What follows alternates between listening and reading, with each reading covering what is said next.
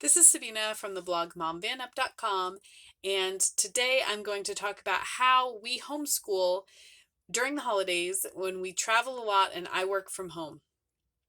So this video is in collaboration with Rooted in Rest and the Waldock Way. This is an open collaboration playlist that they host each month, and this month the topic is homeschooling in the holidays. So I thought I would take a minute to talk about how I manage homeschooling. Most of you who are here know that my family has been working very hard towards time freedom. So, what we're doing now is I work a full time position from home. My husband works part time, and we homeschool our 5 young children. So, I was talking to a friend today, and she said, "How do you do it, Sabina? How do you keep it all going?" So, I told her the very simple system that we use to make sure that homeschool keeps going no matter how busy our life is or where we are. Today, I'm talking to you from my school bus. This is our converted bus that we use to travel domestically all around the country. And we recently did some bus schooling. We went on a 4-night event at a local state park, and we were able to bring all our school stuff, and my kids happily completed their school while on vacation. So if you want to know my simple system, that's what this video is about. We base a lot of our homeschool on the Robinson curriculum. And I have it right here. The Robinson curriculum is more of a system than a curriculum. Like if you think of curriculum like a bunch of books that come in boxes and tell you what to do each day, that's really not what this is. This right here is the Robinson curriculum. It is a book of CDs.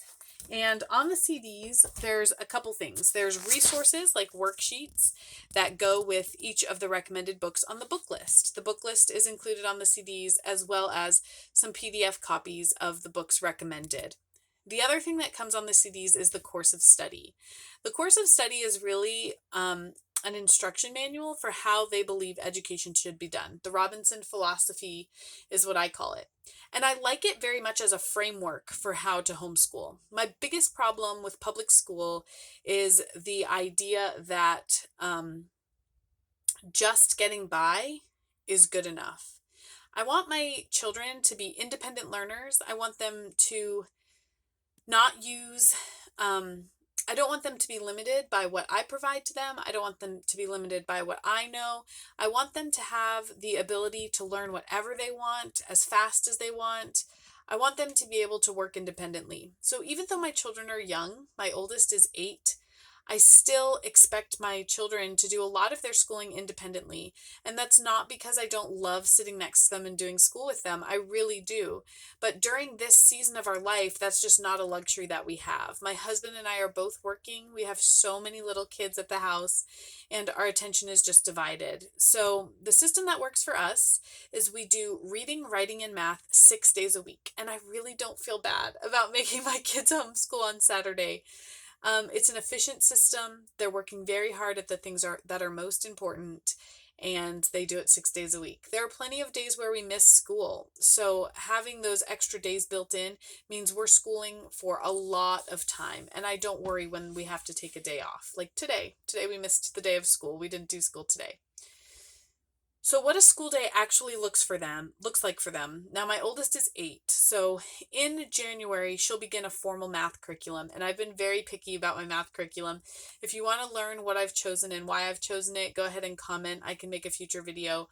But just know that she will be doing her math independently. I love math. I'm a math teacher. I'm obsessed with math. We will do plenty of math work independently. Or together. We'll do plenty of it collaboratively, but she'll also work independently, and that'll be a normal expectation. I do want to say that this is my 3rd year homeschooling, and this is the first year we've fallen into a solid routine. So if you're struggling and you're new, please understand that we did not say, okay, we're going to start homeschooling, and our days were smooth immediately. They were not. So in the morning, we have breakfast, and then right next to the table, there's a bookshelf. And on the bookshelf, there are 3 buckets, one for each of my children that is of school age. And in their bucket, they have a set of flashcards, a notebook, and a reading book. So the notebook is for writing. As far as penmanship goes, we don't do anything special. I have started doing a little bit of cursive, and I just got this really inexpensive School Zone workbook at a homeschool sale. I copy pages from this for my oldest. And that's the handwriting that she does as she works on her cursive. She loves writing lists and stories, and she writes all day. So as she gets older, she'll have to do more formal work. But right now, that's plenty. And then we and then they'll do some reading. Now my middle boy is learning to read right now, and we use the Bob books for that. And my husband actually does those lessons with him. So he reads a couple of those books a day. We work on phonics. My little kids, we just do alphabet flashcards, number flashcards. We talk about those kinds of things. And then the reading for my older child comes from the list of Robinson books. She does read through the Robinson book list. And if you're looking for the Robinson book list, you can find it online in various places. So if you're curious about those books. So that's what they do most of the time. And you may be wondering, what do we do about science? What do we do about history? That sounds really boring, Sabina. Why do you make your kids do all that? Well, we take the opportunity whenever the opportunity arises to go on a trip and explore science and history. But also, twice a week, my sister, who's also homeschooling, brings over her two children who are right in the same age as my kids, and we do science and history together. So the easy way that I plan that is I use this sheet right here. It's a whole year calendar, very basic, very basic. On that sheet, I put a history topic and a science topic that I want us to study throughout the year. And then when I'm going to be meeting with all the kids together, I just do a Google search. I print out some worksheets or a learning aid. I go through our bookshelves, pull any picture books. We go to the library and pull some books. So we just supplement, but we focus on a topic. And it's crazy how many things you can come up with if you just know that you're working on that topic. So for example, right now we're talking about the skeletal system. And so it's easy every time I see a skeleton to point it out to the kids, or every time that we find a book about bones, we talk about it. My daughter has broken a bone. We've done quizzes about the layers of bones. We have a full-size, life-size skeleton printed out and posted on the wall. And one day for their handwriting, they had to look in one of the books and label some of the bones on the chart. It doesn't have to be complicated. In school, as I've been a teacher for a long time, students are not expected to master the material. They're just exposed to the material. So I've exposed my children already. We've done a couple of things. I have a coloring book for the skeletal system. We have just done a couple of activities, and they've been exposed to a lot of information about the skeletal system. Sometimes we'll watch a video or a YouTube video or something like that. Our history topic is George Washington. We live pretty close to some historic sites that are related to George Washington, so we plan to visit those. But also, when they do their writing sentences, I gave them some quotes by George Washington to copy and practice their penmanship. My daughter's book that she's reading for school has to do with the life of George Washington. And also, we've read books that have those kinds of characters, and we just talk about it. So since I have 2 months with those subjects, actually I have a month with the skeletal system and a month with George Washington, I just look for opportunities throughout the month to talk about those topics, and that really fills in that science and history very well. We've also done a local co-op. Just 5 or 6 families in the area started meeting at a church that had available space, and we do a very, very simple homeschool co-op where we meet and we talk about a topic and we share a meal. If you're feeling lonely on your homeschool journey, I highly recommend you talk to a family or two and try to get together every week, twice a month, and do some of that work together. It really is impactful, and you would be surprised how much the kids pick up for those things. So if we're going somewhere on a trip, my kids know that I expect them to still do school every day. So we take those baskets off the shelf and just put them right on the bus or in the van. Even if they're going to be babysat by my mom or my sister, they can just grab their bucket and they know that what they have to do, and they can work independently.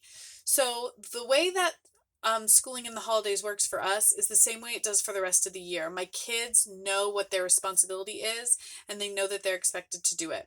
It's way not perfect. There is crying and fighting plenty of times, and whining and not wanting to do their schoolwork, but having that expectation and working towards my children being completely independent with their school, even if I obviously can't expect my young children to just be able to educate themselves.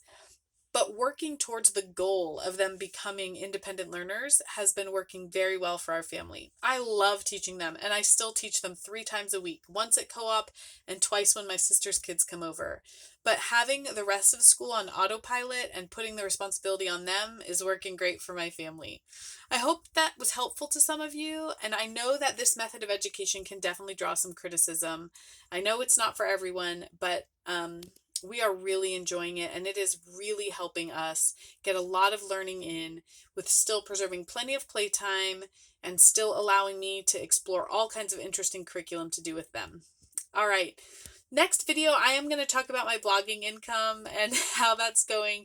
If you're curious how we handle our finances, you might want to consider looking at some of the other videos on my channel. As the last video I shared the journey that my family has had and how we finance our lifestyle and manage to keep 2 parents home most of the time. We just had too many kids. I said to my husband, I can't do this anymore. We need to both be home. The kids need both of us. So if you're in that place or you're feeling that desperation, please leave a comment. I would love to chat about some of those things. Thank you so much.